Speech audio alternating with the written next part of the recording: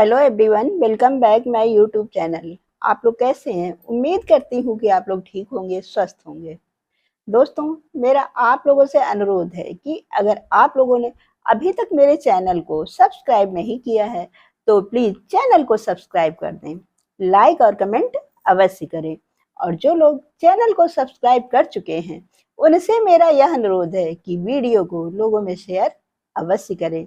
दोस्तों, आज हम फिर आए हुए हैं अपने चैनल पर एक नई कहानी के साथ में। तो चलिए, आप लोगों का अधिक समय न लेते हुए हम आ जाते हैं अपने टॉपिक पर। अभी दोपहर के 12 ही बजे थे कि जैसे ही मुझे नींद आनी शुरू हुई तभी घड़ी का अलार्म बज गया। मैंने घड़ी उठाकर देखी तो सुबह के 6 बज रहे थे। सुबह के 6 बजे का अलार्म का यह मतलब होता है कि उठो और ऑफिस के लिए तैयार होना शुरू कर दो।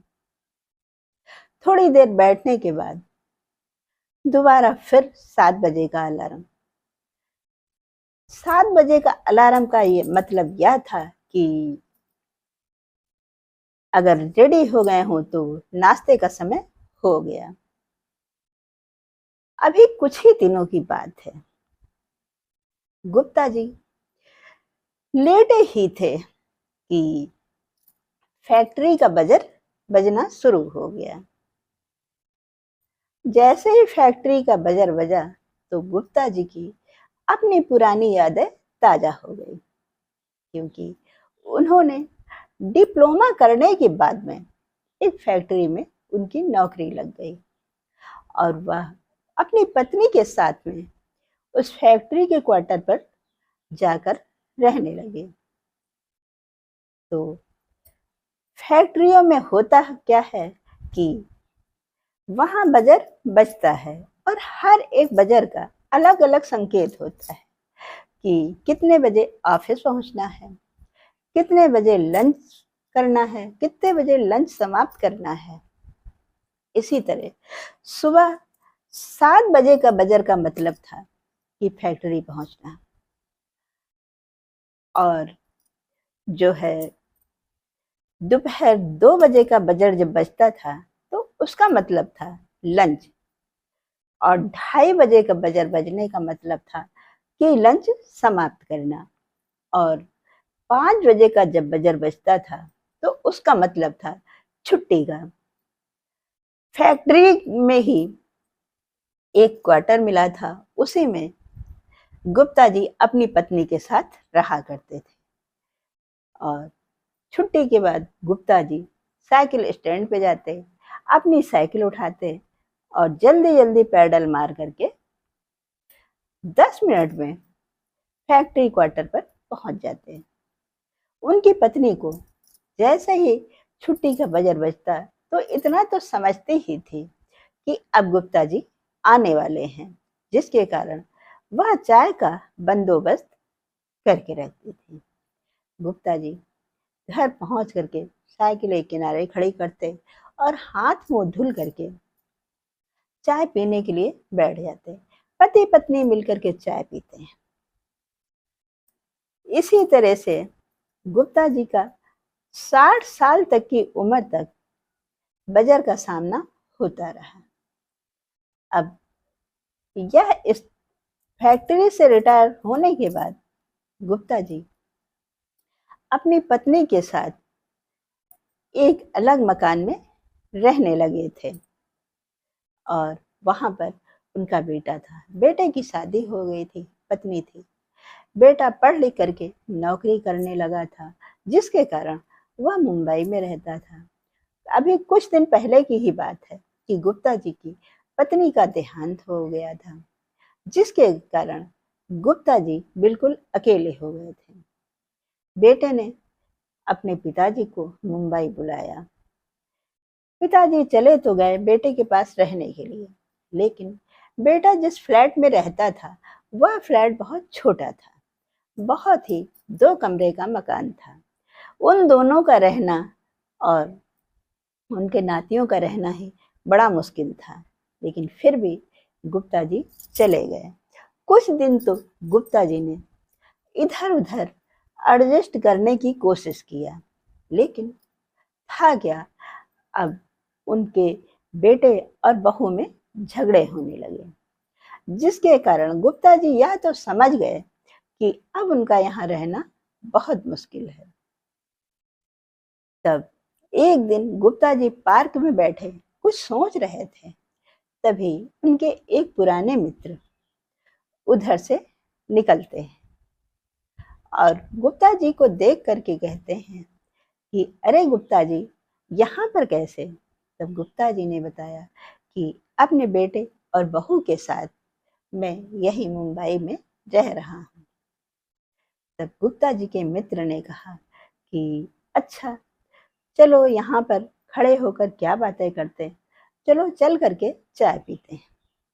वह दोनों लोग एक होटल में गए और बैठ करके वहाँ चाय पीते हैं। चाय पीने के साथ साथ गुप्ता जी के मित्र ने पूछा कि सच बताओ, अपने बेटे और बहू के साथ कैसे रह रहे हो? तब गुप्ता जी ने बताया कि बच्चों के साथ रहना बहुत कठिन हो रहा है। यह सुनते ही गुप्ता जी के मित्र ने कहा कि मैं तो आपको देख करके ही समझ गया था, इसीलिए मैंने आपसे चाय पीने का बहाना करके यहाँ लेकर आया हूँ ताकि आपसे बातें कर सकूं। तब गुप्ता जी बात को संभालते हुए बोले, नहीं नहीं, ऐसी कोई बात नहीं है। एक्चुअल में बेटे का फ्लैट बहुत छोटा है, जिसके कारण काफी दिक्कत होती है। उन दोनों का ही रहना वहाँ काफी मुश्किल हो रहा है, और तीसरा मैं पहुंच गया तो और भी दिक्कत होने लगी। तब गुप्ता जी के मित्र ने कहा, अरे तुम ऐसा क्यों नहीं करते, ओल्ड एज होम में रहना शुरू कर दूं? तब गुप्ता जी ने कहा कि ओल्ड एज होम काफी महंगा होगा। तब गुप्ता जी के मित्र ने कहा, नहीं नहीं, ऐसा कुछ नहीं है। यह ऐसे होम हैं जिनमें बुजुर्ग लोग आराम से वहां पर रह सकते हैं, और वहां पर खाने पीने, दवा, हर एक चीज की सुविधाएं होती है। आप जैसा चाहो वैसा ओल्ड एज होम ले सकते हो। यह सुन करके गुप्ता जी ने कहा, फिर तो काफी महंगा होगा। तब गुप्ता जी के मित्र ने कहा, अरे तुम किस तरह की बात करते हो? आजकल तो इंटरनेट का जमाना है, खोल कर देखो, एक से एक ओल्ड एज होम पड़े हैं जिनमें अपनी सामर्थ्य के अनुसार रहा जा सकता है। और उसके बाद वह दोनों चाय पर बातें करते रहे। कुछ दिनों के बाद Gupta ji old age home में रहने चले गए।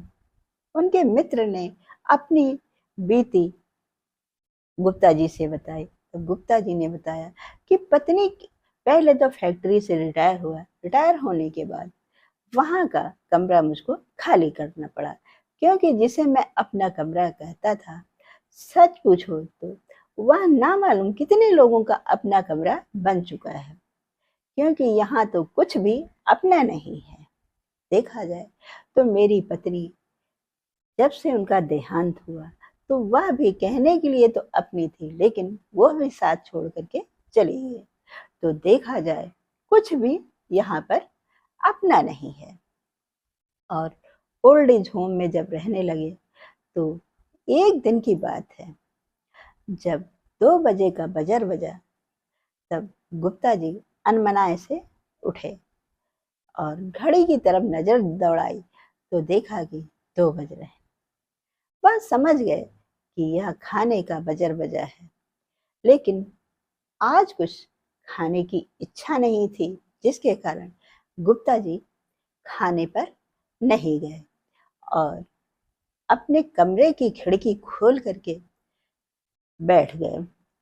उन्होंने देखा कि सामने एक छोटा सा स्कूल था, वहां पर छुट्टी हुई थी। रिक्शे वाले 4-5 बच्चों को रिक्शे पर बैठाल कर लेकर जा रहा था। उसमें से कुछ माता पिता अपने बच्चे की उंगली पकड़ करके लेकर जा रहे थे।